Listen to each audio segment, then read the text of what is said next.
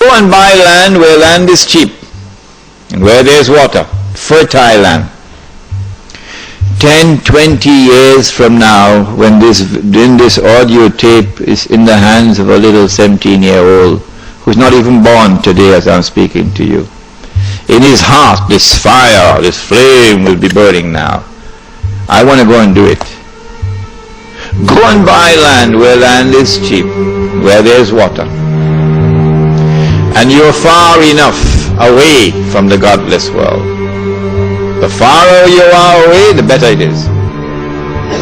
And go and establish Allah's deen.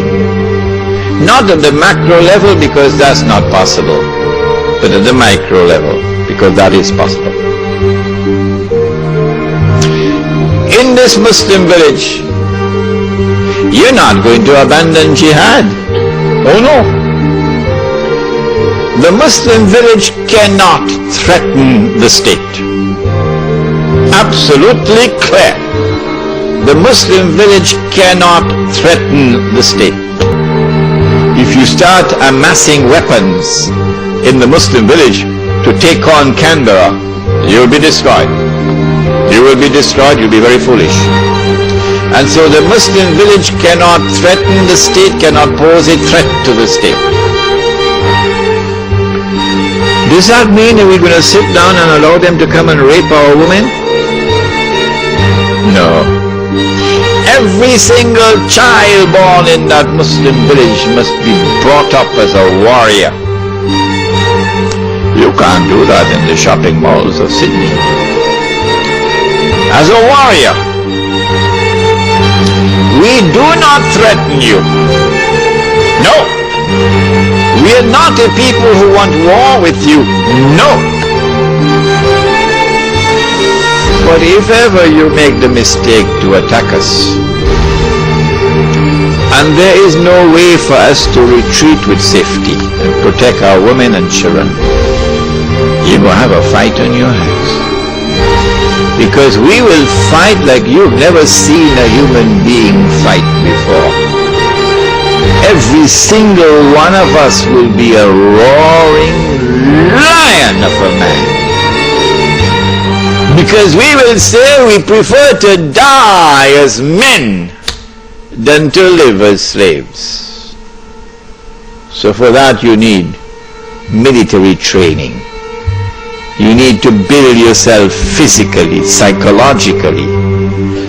At the same time, all of this preparation is not for the purpose of threatening the state or threatening anyone. The Muslim village must be one Jama'ah, because that is Islam. So this is not going to be a Deobandi village, or a Tabligh Jamaat village, or a Barelvi village, or a Salafi village, or a Wahhabi village, or a Ahle Hadith village. Come help me with some more names. No. This is a Muslim village for all full-time Muslims. All. Canberra. And so the Sufi and the Salafi will live together as brothers in this village. On the condition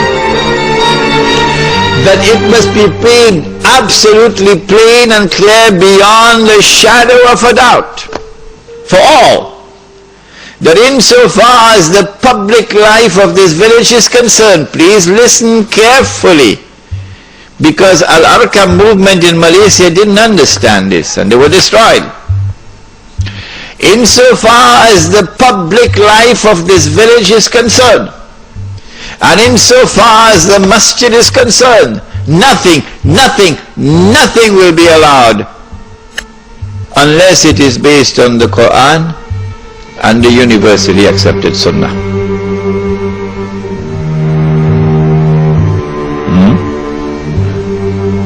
And so if you have a Muslim practice which is not based on the Quran and the universally accepted Sunnah,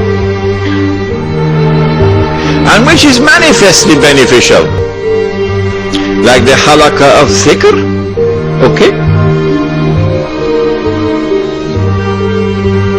Take it in your private life. That's all we ask of you. take it in your private life. Do not bring it in the public life, so that there be no cause for fitna. If anybody wants to invade into your private life now and shout out bid'ah and haram, we'll throw him out of that village faster than Federal Express.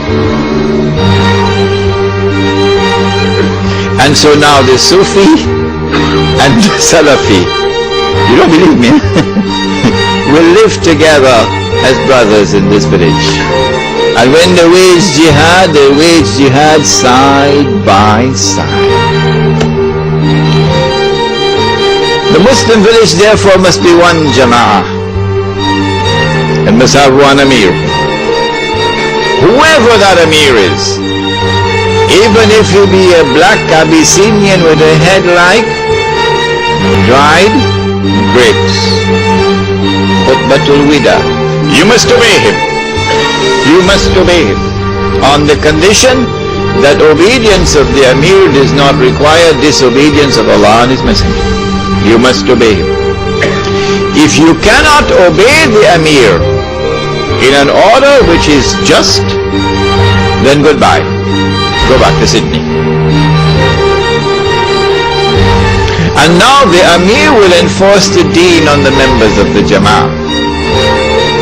If you commit a sin for which is a public flogging, and you say, I don't want to be flogged, okay, go back Sydney. You can't live amongst us anymore.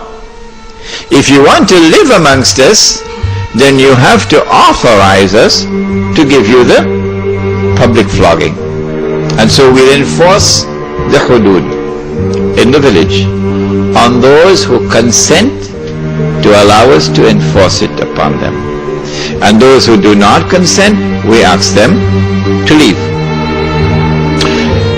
The Muslim village would be an island of Islam in a godless world. Your children will now grow up in an atmosphere which is healthy for them, rather than naked people around them in the shopping malls. Can this Muslim village be used for da'wah? Of course it can. I told you I was in South Africa for the last 3 months. And in South Africa, the white and the black still live separately. The white is still rich and getting richer, and the black is still poor and getting poorer, despite a black government. So there is a big explosion that's coming. You don't need a PhD for that. And when the explosion comes, of course, your enemies are going to use their money now to get a particular group to go and attack Muslim businesses and Muslim homes. It happened in Durban already once. How do you respond to this? The answer is you build a Muslim village in which the black and the white and the brown and the yellow all live together as one family. Government of South Africa can't do that. Archbishop Tutu can't do that. Nelson Mandela can't do that. We can do it. Islam can do it. In fact, I have the good news for you tonight that the project has already started in South Africa. In a place called close to Ladysmith, they got the land already, and they've earmarked this land for the Muslim village, and they've already started to put African families who have entered into Islam onto that land. I told them, if you have any problems in getting white Muslims, let me know. We get you some from Bosnia. When you have white and black and brown and yellow living together as one family, isn't that da'wah? Much more powerful da'wah than all the gush that you perform and all the 5-star masajid that you build. This is da'wah, South Africa, if you are listening. Because I saw a lot of strange things in South Africa, but I didn't see real da'wah so far in South Africa. No. The black man in the Muslim village is no longer poor. And he didn't get out of his poverty through charity. Well then how did he get out of his poverty? Brothers, this is da'wah. This is tabligh. He got out of his poverty because, number one, we establish a free and a fair market in the Muslim village, which does not exist anywhere in the world.